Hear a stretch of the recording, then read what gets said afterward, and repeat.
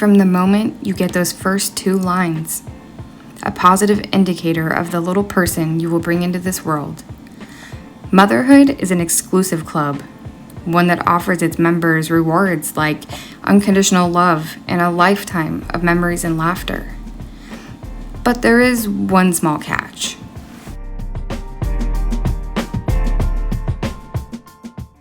A recent analysis of the country's labor market shows there are fewer mothers with young children actually working. According to the report from the University of Kansas, the share of working mothers between the ages of 25 and 44 has dropped 3 percentage points so far this year. As the COVID-19 pandemic trickled down and U.S. citizens began returning to the workplace, there was something missing. A disproportionate amount of mothers did not return to work. Mothers of children 12 and younger left the workforce in droves. Of those moms, minority women were absent in notably higher percentages. What caused these women to disappear from the workforce? And why does it matter? To answer that, let's rewind. The stewardess became a national sex symbol. She was not allowed to marry. She was subjected to periodic underwear checks. Sexism. The long-standing tradition of women taking on domestic roles came to a head during the World Wars when women began working en masse. Post-war trends, however, showed that while some women returned to be homemakers, the ones that remained in the workforce faced some serious challenges.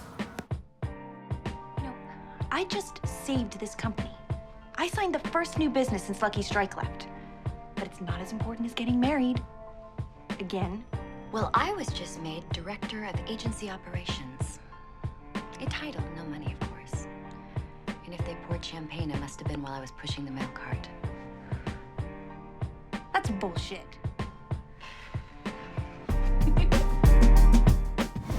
Women have fought workplace discrimination in different forms for decades, between sexual harassment and the fight for equal pay. The Equal Pay Act was a landmark when it was signed in 1963, but loopholes and discrimination persisted.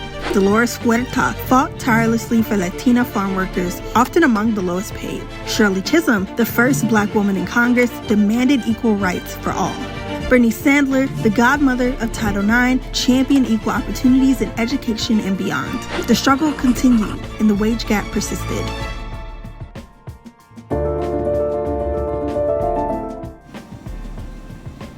The Motherhood Penalty, which refers to the phenomenon where mothers experience disadvantages in the workplace, including lower pay and fewer career advancement opportunities compared to their childless or male counterparts.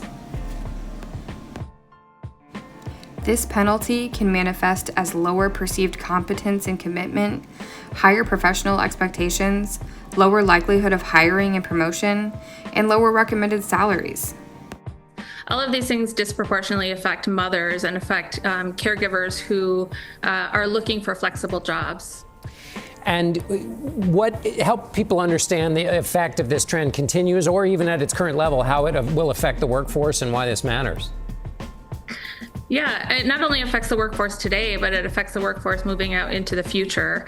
As mothers drop out of the workforce, there's going to be less women who move up into managerial positions. There's going to be less individuals who understand the dynamics of what it's like to care for your family at home while also working.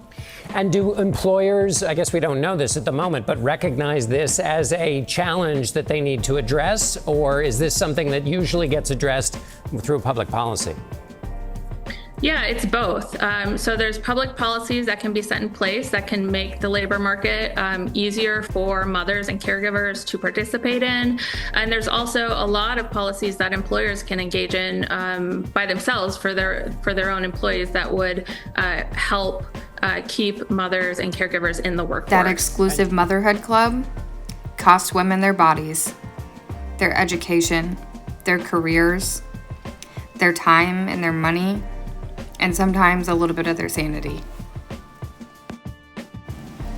To add insult to injury, the United States is the only major country to deny women a right to paid maternity leave, creating a psychological barrier for women to choose between nurturing their children or advancing within their careers. Legally, employers cannot ask during interviews whether or not you have children or a family.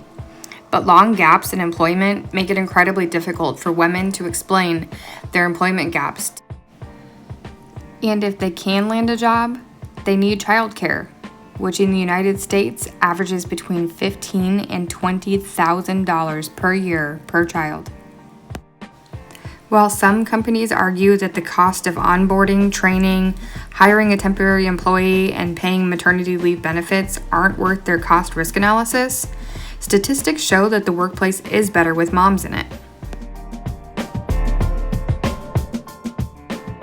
Moms come packed with unique life skills that carry over into their workplace, such as empathy, problem solving, time management, leadership, conflict resolution, and group collaboration. Mothers are capable of managing their households, children, and their careers. The United States must do better to support women with paid maternity leave and more policies protecting mothers in the workforce.